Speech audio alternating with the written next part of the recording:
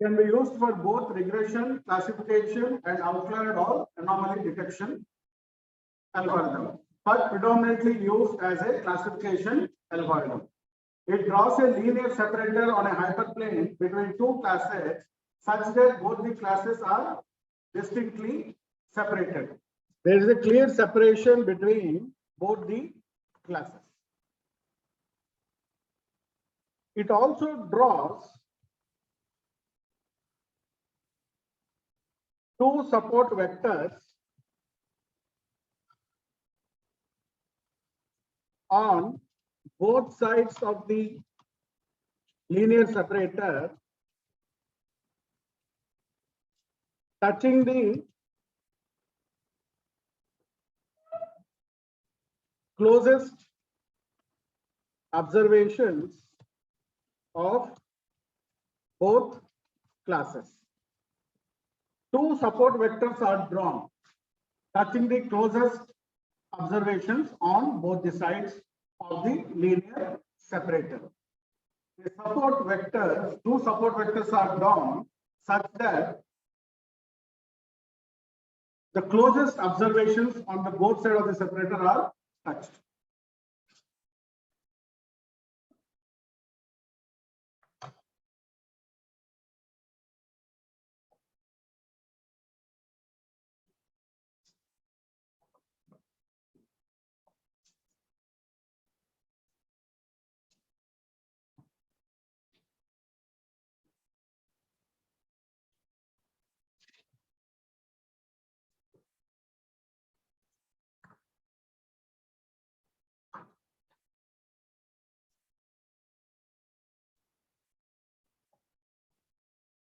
Now, the algorithm tries to maximize the margin. What is the margin? Which is the distance between hyperplane and the observations. It tries to make the margin maximum.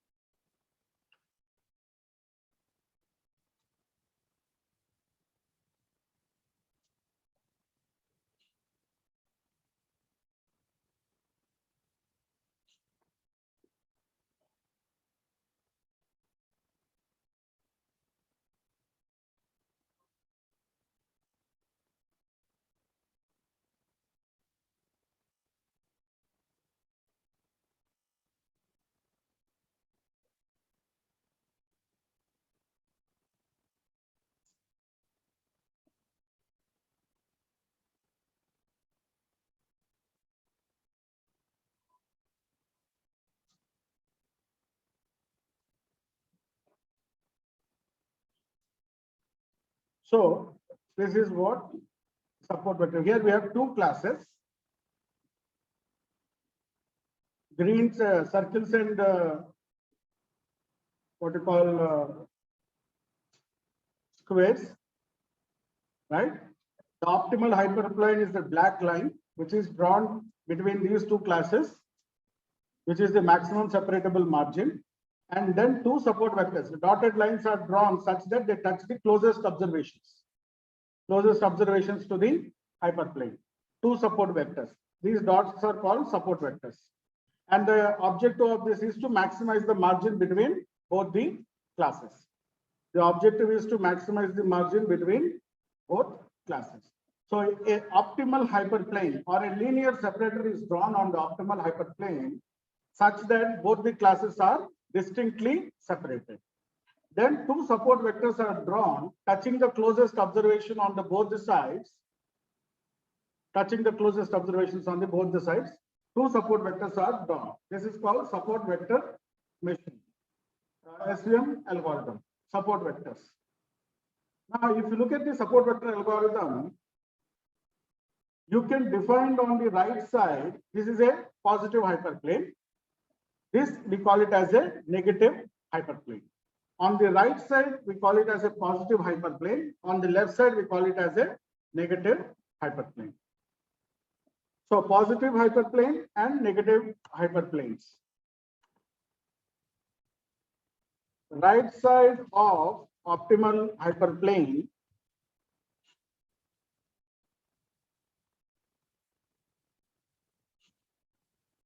is positive hyperplane, and left side of optimal hyperplane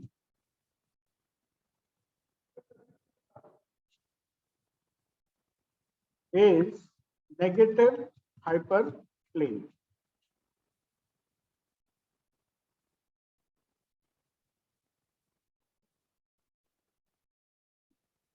So what do I mean by hyperplanes is what I'm going to explain just for the time being. Just understand them. The negative hyperplane and positive hyperplane.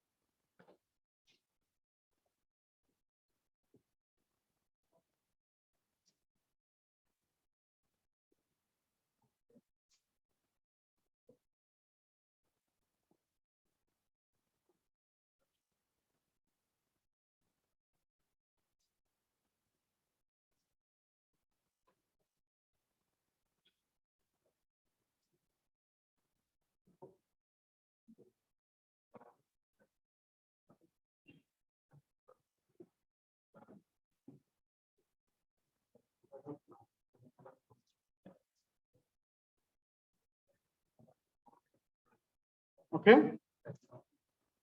Now, for classifying a point, for you to classify a point, what is the decision rule? The decision rule for classifying a point is based on the multiplication of the input vector multiplied by weight vector. Now, support vectors uses vector arithmetic. Support vectors uses vector arithmetic. When you say vector arithmetic, you must also realize dot product. What is dot product? Dot product. In vector calculations, you do dot product. Yes, dot product can be calculated using projection of vector A onto projection on where you have the projection, right? One vector projects on the other vector, right? So dot product of A into B is equal to magnitude of A multiplied by cos theta into magnitude of B. Magnitude of A multiplied by cos theta into magnitude of B, vector B and vector A. I will just explain what is it. We use these vector arithmetic or vector calculations in support vector machines. In support vector machines, vector arithmetic, particularly projection and dot product, are used. Dot product A into B is equal to magnitude of A multiplied by cos theta, right?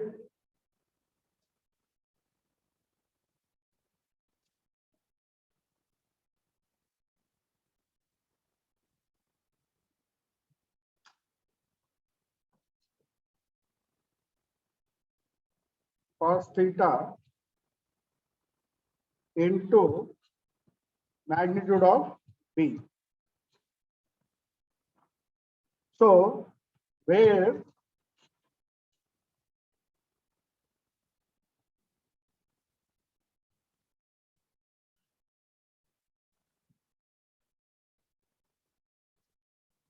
magnitude of A into cos theta is the projection of A on B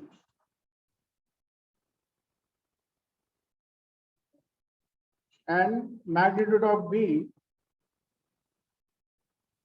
is magnitude of vector B. So this is widely used in vector support vector machines. Dot product.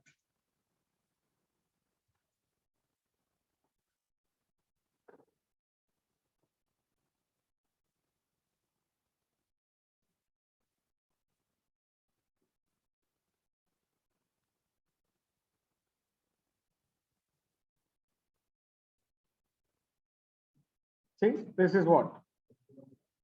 Magnitude of A for vector A onto projection is coming up to here, which is become a right angle triangle, right?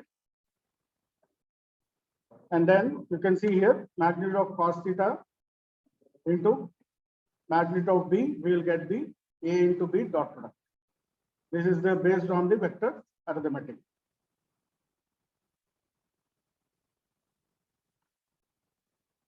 Now the decision rule. The decision rule for SVM is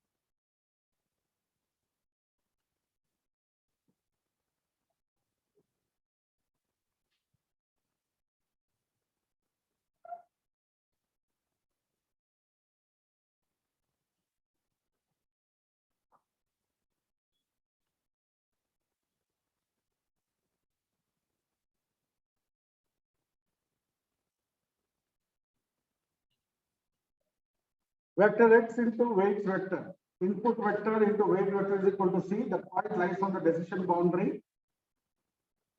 X vector multiplied by weight vector greater than C, it is positive.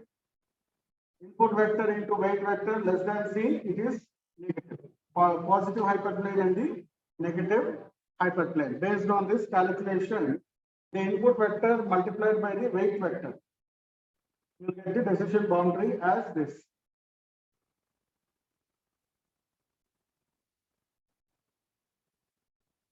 Further, you can also use the other method also.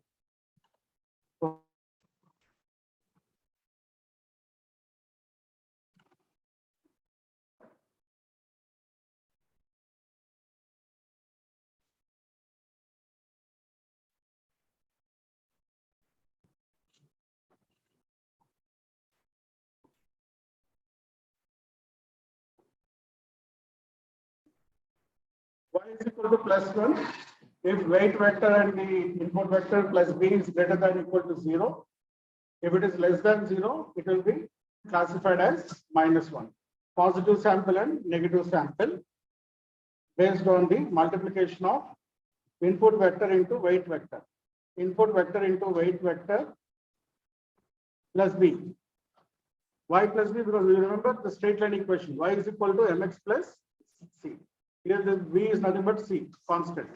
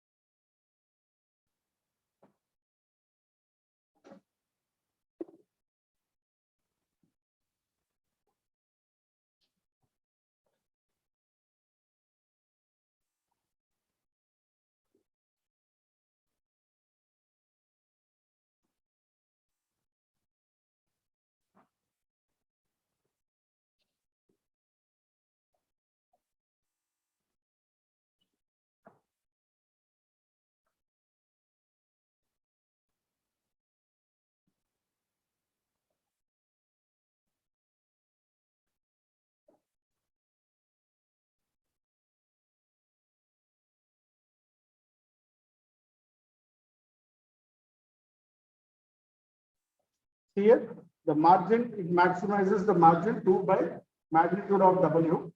W x minus B is equal to 1. It goes on to the negative side. W x minus B is equal to minus 1 will be the negative classification, positive and negative classification. W x minus B is equal to 0. It falls on the decision boundary. The observation will fall on the decision boundary.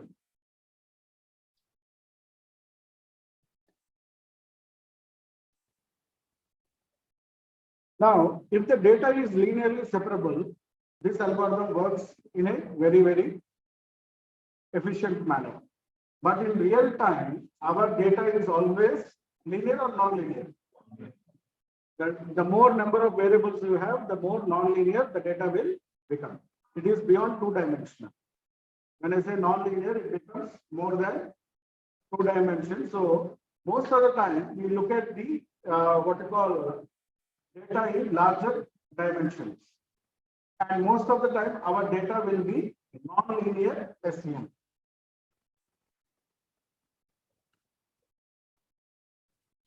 Most of the real-time data is non-linear.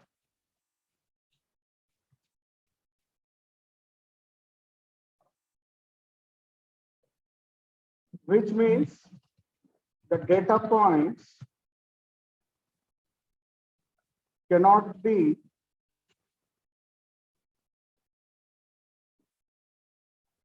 separated into two classes by drawing a straight line. By drawing a straight line, you cannot separate the classes. The data will be non-linear. Yes, most of the assumption, see, non-linearity is one of the assumption of support vector machine for real-time data sets. Textbook data sets, you have some linear data sets, but in reality, non-linearity is the basic assumption. That means data is in multi-dimension where you cannot draw a straight line. It can be 3-dimension or n-dimension where you cannot draw a straight line. You cannot separate them by drawing a straight line. You have to treat it as non-linear data. So when you have this problem of non-linear data, you need to understand something called kernel tricks. When you are dealing with non-linear data, you have to apply certain kernel functions. Kernel trick or functions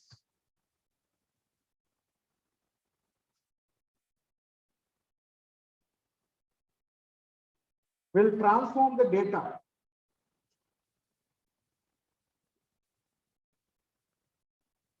from high dimension to a lower dimension.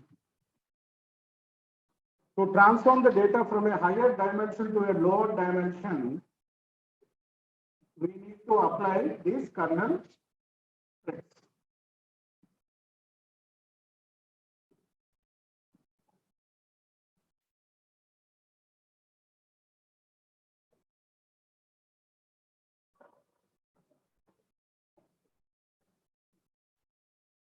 Oh, sorry, I think I'm 1 second. Huh?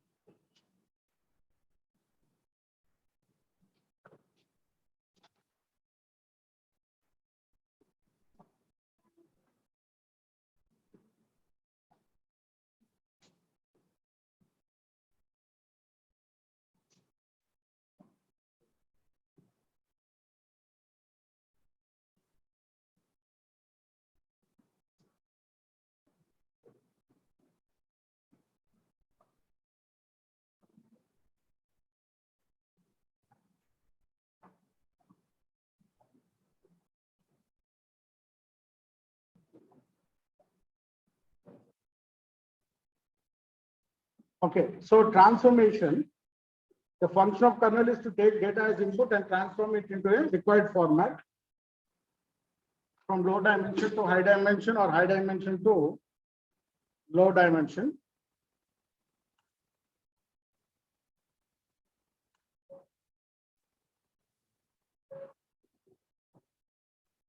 Okay, this is the right explanation.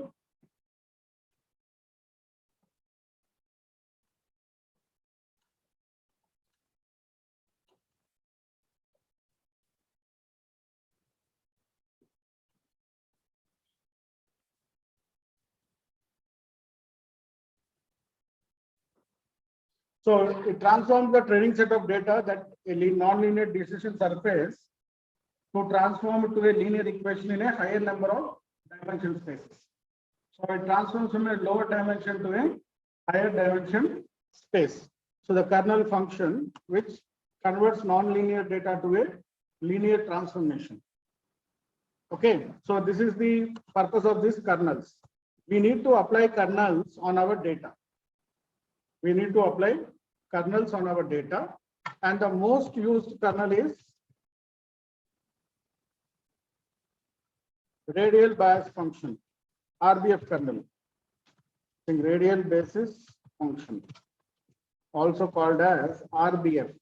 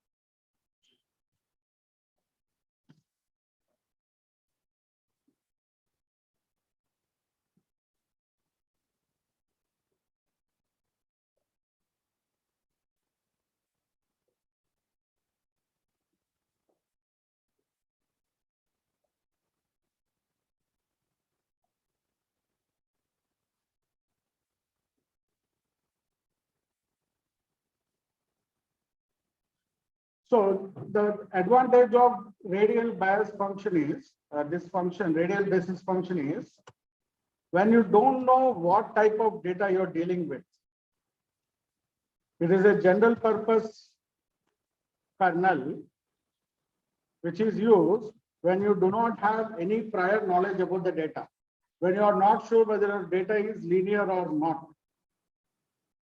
It is always suggested to use RBF kernel, radial bias function kernel. So this is the formula of the radial bias function.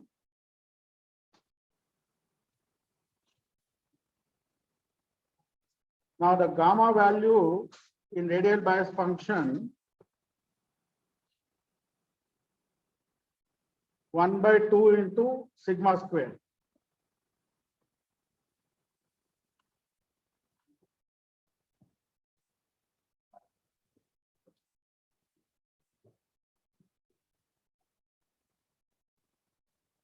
The gamma value here is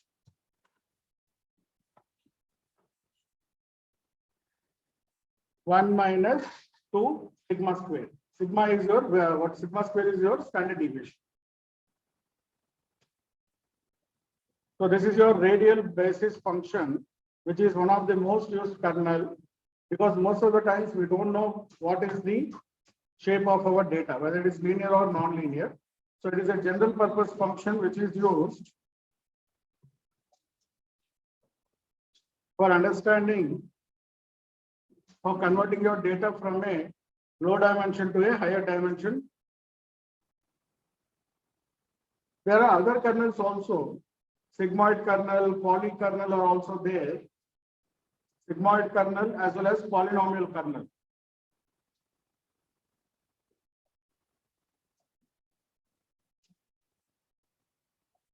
But sigmoid kernel we use only mostly in neural networks.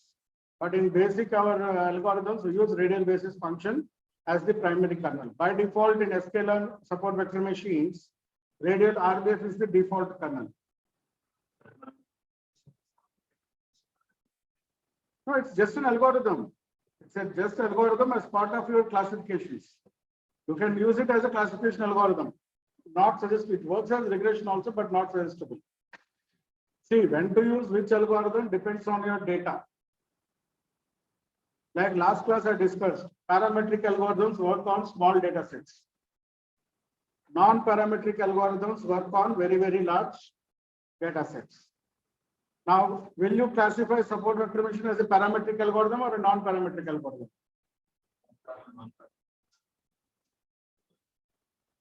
What is parametric algorithm? There are certain assumptions. SVM has an assumption. Linearity is an assumption right here. And you don't know. So SVM is also a parametric algorithm. SVM is also a parametric algorithm. We have an assumption here. The data must be in a position where it can be linearly separable. If the data is non-linear, you have to bring it, transform the data to a such as using this kernel such that a linear separable can be drawn between the data for separation. So there are assumptions here. So SVM is a parametric algorithm where you have certain assumptions to be met. And there are methodologies like in regression also we have. If the data is skewed, what we will do? Logarithmic transformation. Right? Here what you have to do? You have to apply a kernel. If your data is non-linear, you have to apply a kernel such that it is transformed into a manner from a non-linear space to a linear space. So there is an assumption here. So SVM is also a parametric algorithm. Support vector machines is an exemption for large-scale data. Generally, parametric algorithms do not work well on large data. Like I told you last time, 1 lakh rows above or even in sometimes 50,000 rows above also, the base models like linear and logistic will have a problem. Their performance is little bit bad. Not that bad, little bit not compared to the tree-based models. Tree-based models are designed to work on large-scale data sets. They perform badly on smaller data sets. Decision tree, random forest, and gradient boosting machines, they are designed to work on large-scale data sets. Support vector machine, again, it's a problem. It works well on image data. Even though image data is large, it works well. But if you are doing it on a non-image related data, SVM also suffers from large-scale data problem. It works on small-scale data sets. Exception is image processing. One of the most initial used algorithm for image processing was support vector machine. Even now, people use SVMs in facial recognition, classification of flowers or some sort of things. SVM still has a good performance there. Not as good as a deep learning or an image processing algorithm, but it still has a performance. So SVM on image data, which is a large data, works well. But if you are looking at a multivariate data, then its performance again comes into question. It is not as good as random forest or tree-based models. Tree-based models are non-parametric. They work extremely well on large-scale data, which parametric algorithms do not have. Okay, that's the problem. So, but SVM on image data, it has a good performance because we convert images to pixels, right? And then we convert those pixels into normalization. In image processing, we have to compulsorily run normalization because pixels will be minimum 0, maximum 255. The two-dimensional pixel image, minimum will be 0, maximum will be 255. So you have to normalize the data. When you normalize the data, all the values will come between 0 and 1. Then it becomes a smaller dimensional data, that reduced dimension data. Then SVM will work on it. In the table which I showed earlier also, for SVM, normalization is must. If you are using SVM on multivariate data, you have to normalize the data for it to work. In image processing, normalization has to be done. Even for deep learning neural networks, you are using any algorithm in image processing, we have to convert the image into pixels. Then we normalize the pixels into 0 to 1 range. The lowest pixel value will be 0. The maximum pixel value will be 255. Right. So then we normalize the data, we reduce the size, and then we will use this algorithm. So support vector machines are known to work very well on images. Their performance is little bit weak on multivariate data. For multivariate data, the performance is slightly weaker.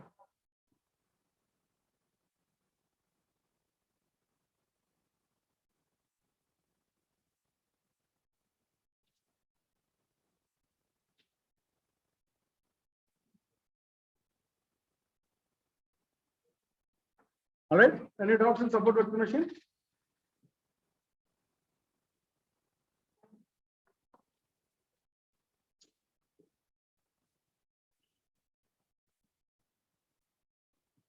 So the other kernels are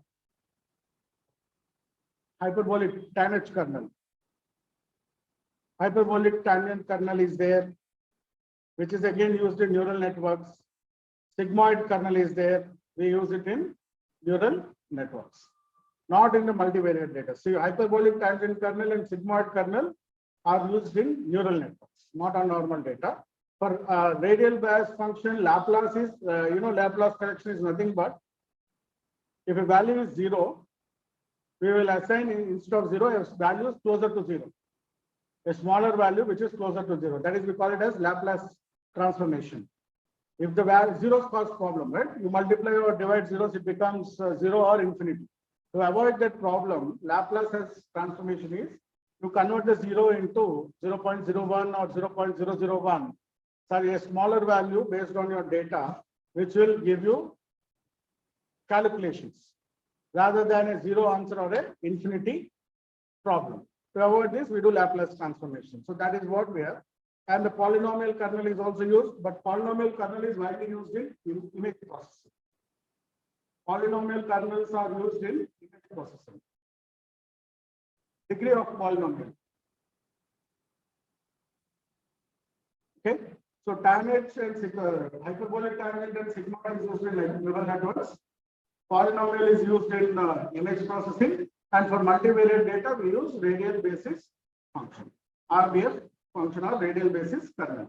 So these are the kernels which you need to apply on different types of data. So let me just look at the kernels. Hyperbolic tangent, also called as tangent, and sigmoid kernel are used in neural networks. When we do neural network calculation manually, I'll show you how it is done. Polynomial kernel is used in image processing. Used in image processing.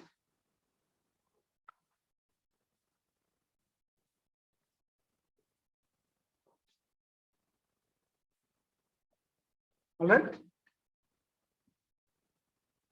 Now, today we will work on a new data. All of you go to this website called Driven Data.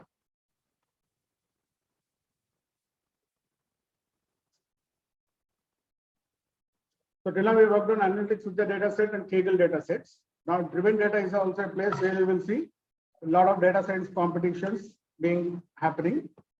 Driven Data, I want to join a competition.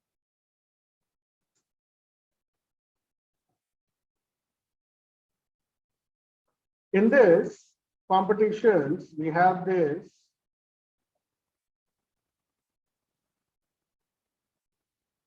flu shot learning, predict H1 and N1 and seasonal flu vaccinations. Driven Data, click on I want to join competitions. In competitions, if you scroll down, you will see flu shot learning. You can use the Google ID to log in.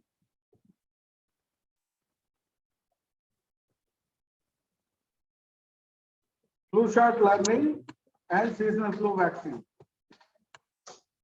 The interesting thing here is we have same independent variables but two dependent variables. One seasonal flu vaccine, the other is H1N1 vaccine. So once you join the competition,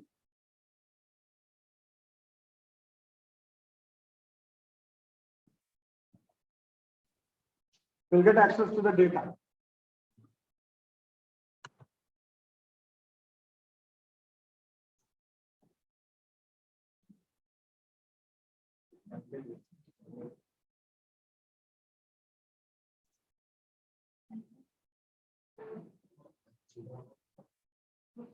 So all of you open a new Jupyter notebook, download this data.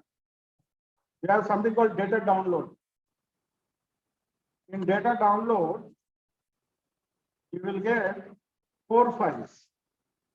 Training features is your independent variables. Test features is your test data. Labels, training labels is another data where you have 2 dependent variables. And then submission format. You also have a submission format for submission into the competition. You have to download all the 4 files, save them into a folder. There are 4 files: training features, test features, training labels, and sample submission.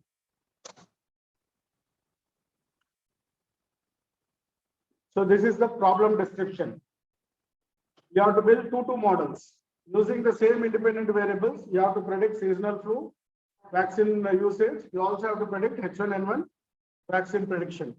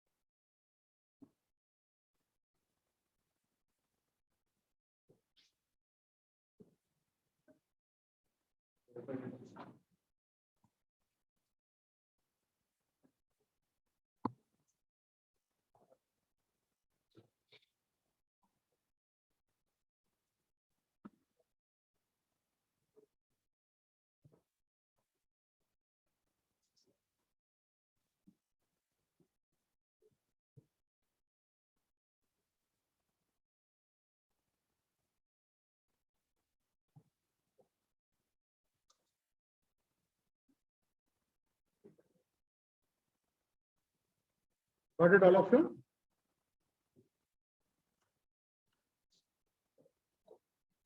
In the new Jupyter notebook? 4, yes. Yes. Open a new Jupyter notebook.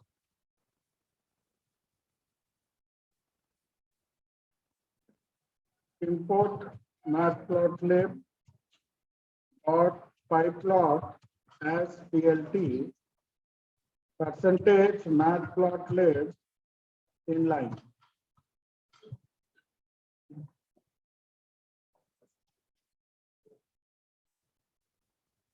Import IO.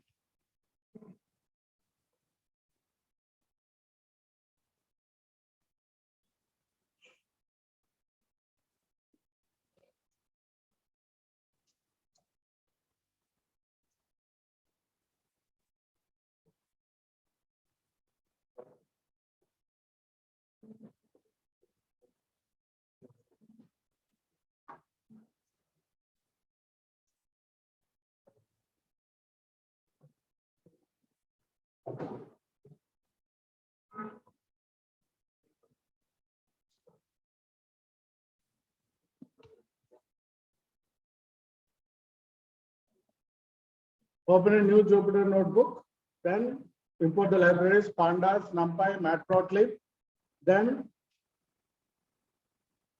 set the working directory.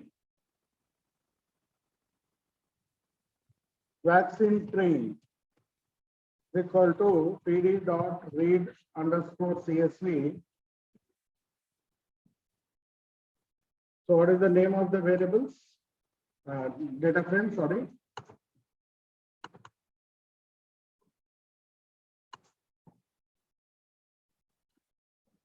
Training underscore set underscore features underscore csv.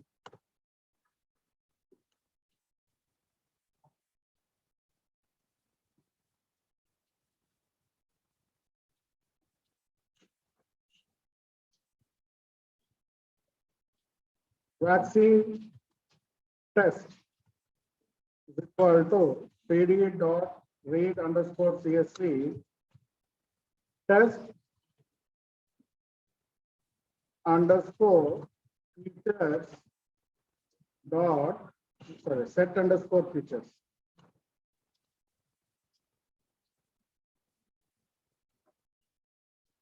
Vaccine labels is equal to pd dot read underscore csv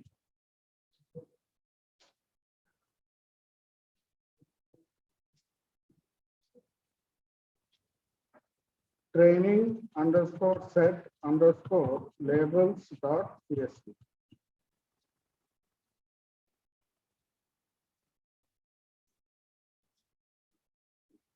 Open a new job there, all of you. Folder. In that folder, all of you should have these link files.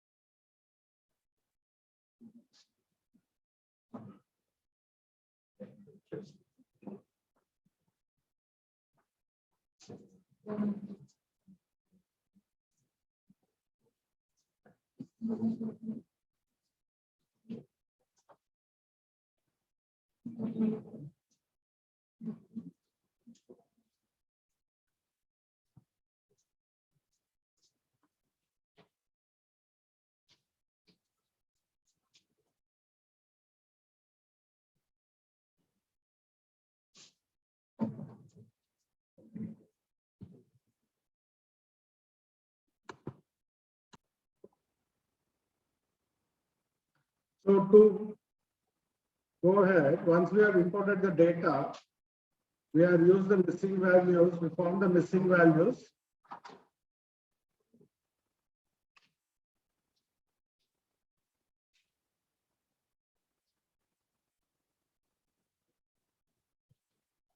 Then we have used the Kernel imputer, which is based on Kernel algorithm that uses Euclidean distance to find the closest value nearest to the missing value, and it will impute it. Kernel imputer is there in Python. Missing value imputation is in Kernel. Then we have combined the data frames into train data frame and test data frame.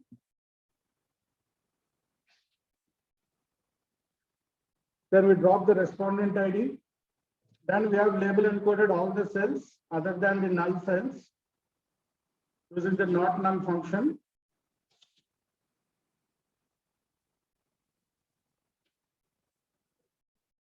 Then we ran the KNN imputer, converted it into data frame. Then we have split it into training test data frame. Right?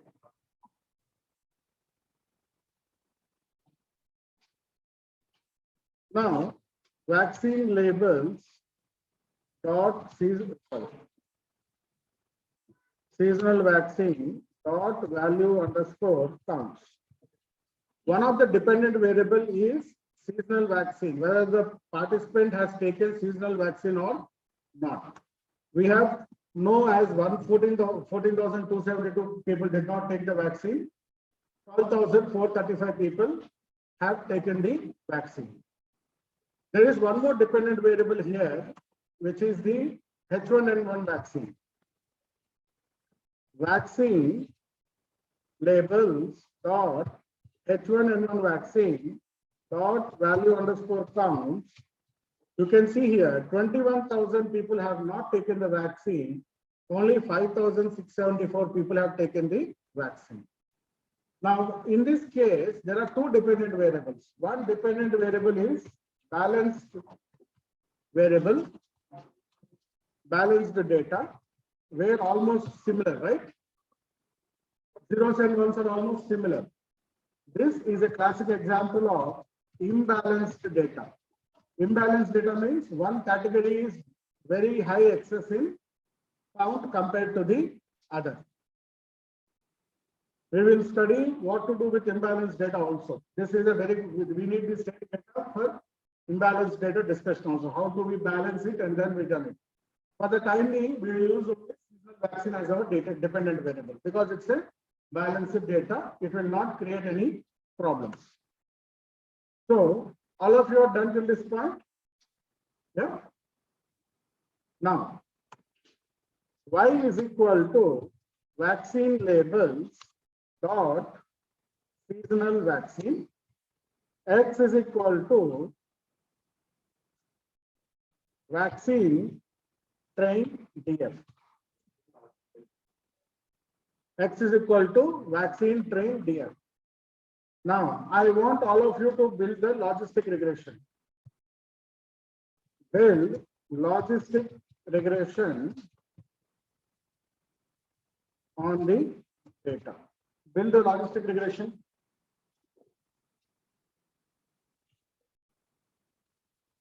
Y is the seasonal vaccine, X is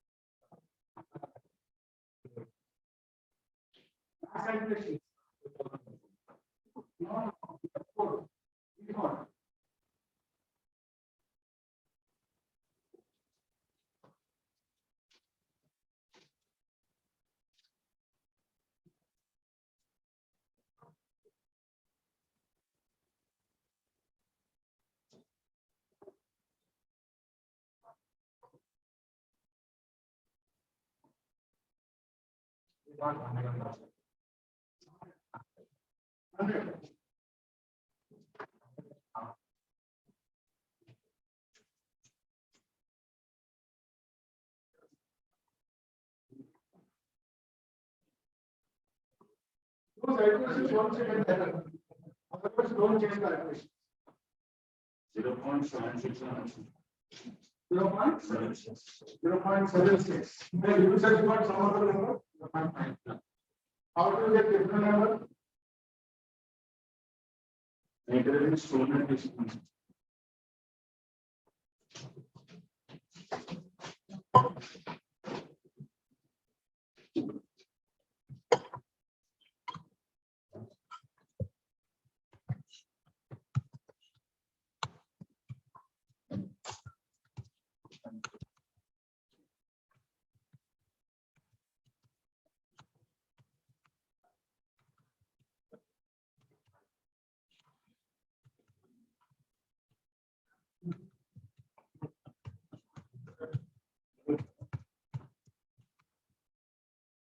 Iterations error వచ్చింది కదా. నేను iterations cumulative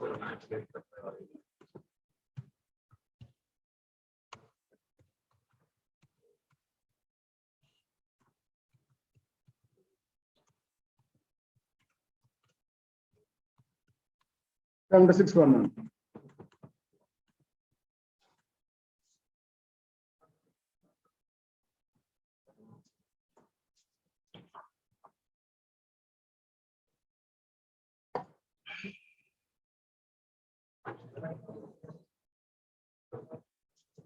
Hey, you might have taken vaccine test check.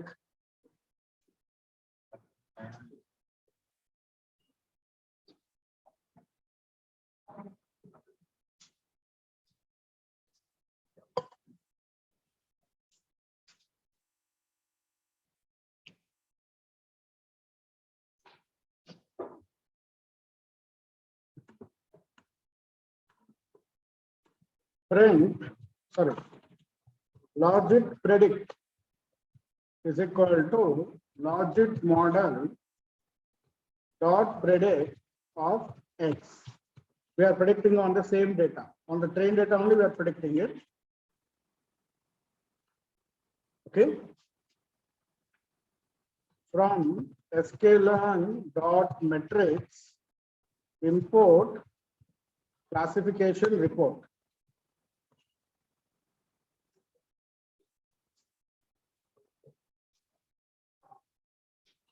Print classification report y comma logic predict. So oral accuracy 76, your precision, recall, and F1 score are all good, right?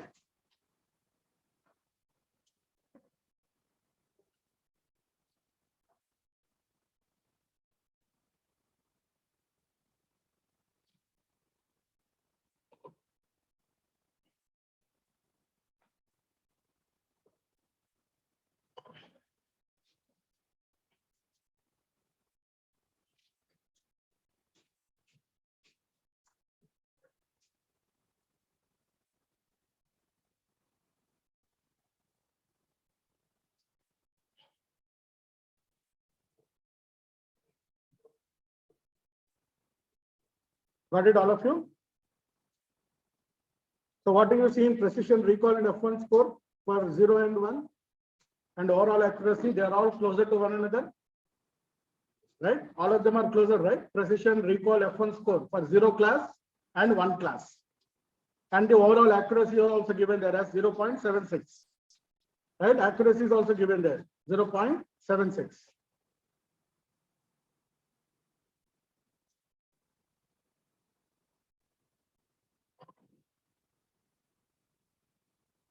This is a good model because your accuracy is also good within the range. And also your precision, recall, F1 score for minority class as well as the majority class is similar. 70. Classification is 70, 0.70. Regression is 0.60. Regression is half square between 0.60 to 0.95. For classification, accuracy must be between 0.70 to 0.95. 0.60 to 95, 0.95. Classification 0.70 to 0.95. That is the thresholds, or we call it as the limits. So logistic regression is fairly doing well. Now, because seasonal data is a balanced data, we didn't have any problem. 0 is 14,272, 1 is 12,435. Because almost closer to one another, we didn't have any problem. But if it is an imbalanced data, take for example, H1N1 is imbalanced. Now, if you run a model on this, look what happens. Let us say Y1 is equal to vaccine labels dot H1N1 vaccine. Logic model underscore H1N1 is equal to logic dot fit X comma Y1. Logic model underscore H1N1 is equal to logic dot fit X comma Y1. Logic model underscore H1N1 dot score X comma Y1, it is 82.79. 82.79. The accuracy is better. Now, logic predict underscore H1N1 is equal to logic model underscore H1N1 dot predict X. Okay, we have predicted on the independent variables. Now, print classification report Y1 comma logic predict underscore H1N1. Now tell me what is the problem. This is run on the H1N1 vaccine. This is model built for H1N1 underscore vaccine prediction. The other one was the seasonal vaccine prediction.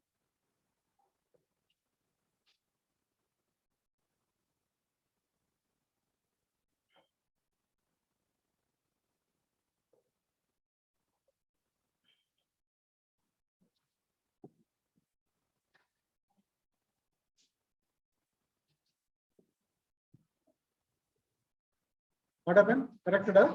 Huh? Then you have a test, huh? Yeah. Cool. Cool. So it got rectified in real time. You'll go mad. Yeah, you will go mad. Where it happened, why it happened. Yeah. And you'll be looking at the ceiling fan. Yeah. What is my life going? So small errors will cause big problems in data science.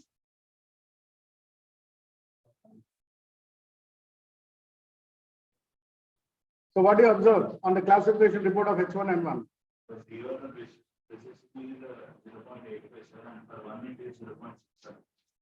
Minority classic. Not only that, look at the recall.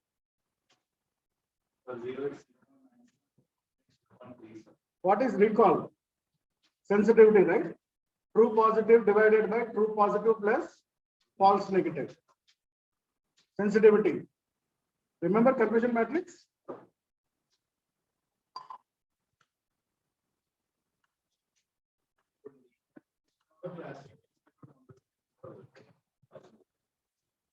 Classification report is for only classification data, boss. How will you take it for regression data?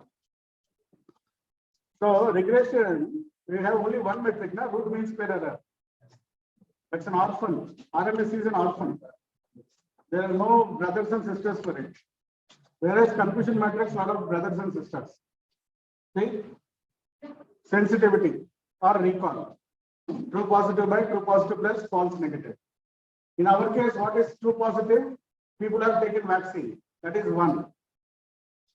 That means it is wrongly predicting what type of people are taking vaccine. That is the problem. Type 2 error. It becomes a type 2 error. Got it? That is the problem with imbalanced data. If your data is imbalanced, you will have this problem. So maybe in the next section or the other session, we will talk about how to balance it. We have to use balancing techniques on this, and then we have to get a model. Balancing means either you increase zeros, either you reduce zeros, or you have to increase ones. How to do it? There is a method for that. We will do that.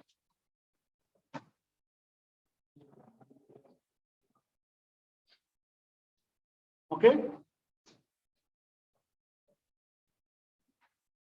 Now it's already 4 o'clock. Take your 15 minutes break. After coming from the break, you will implement decision tree, random forest, and gradient boosting on this. Then I will explain you how to do support vector classifier. Okay. Take your break.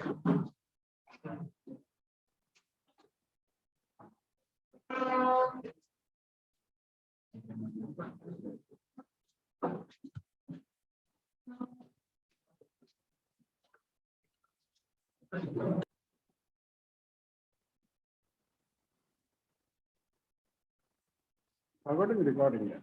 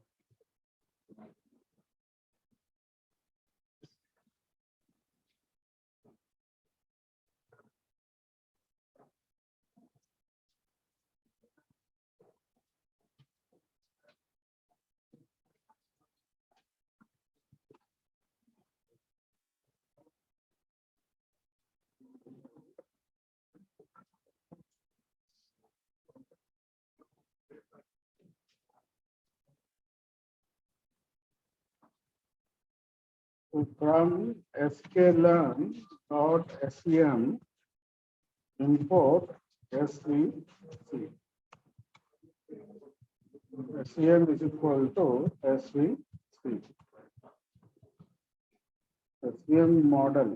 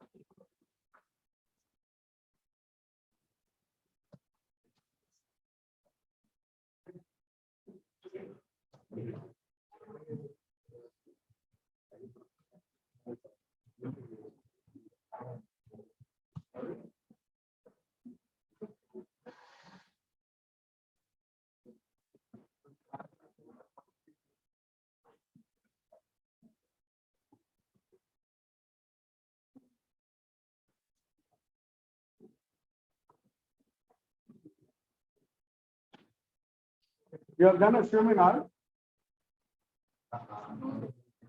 Huh? R.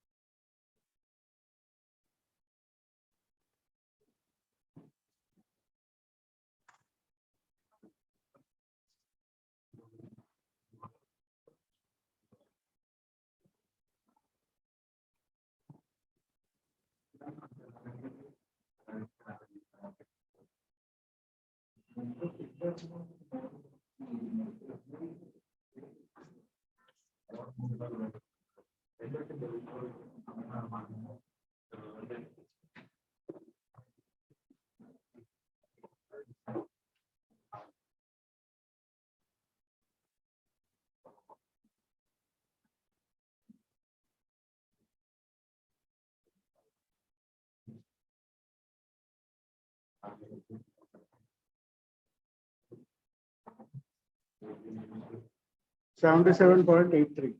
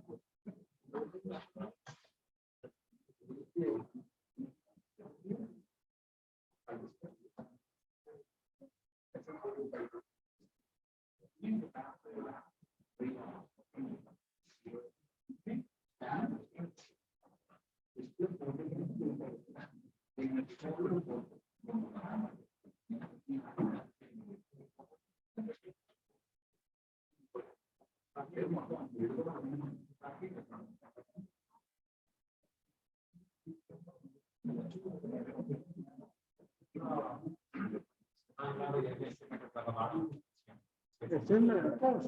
I will number of reasons. No relation to this and that.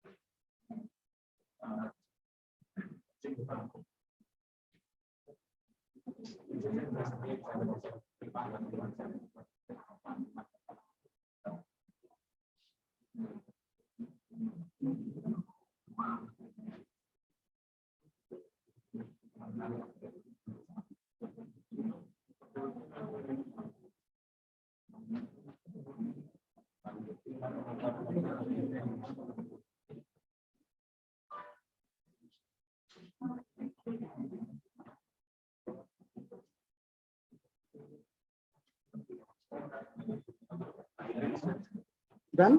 Yes.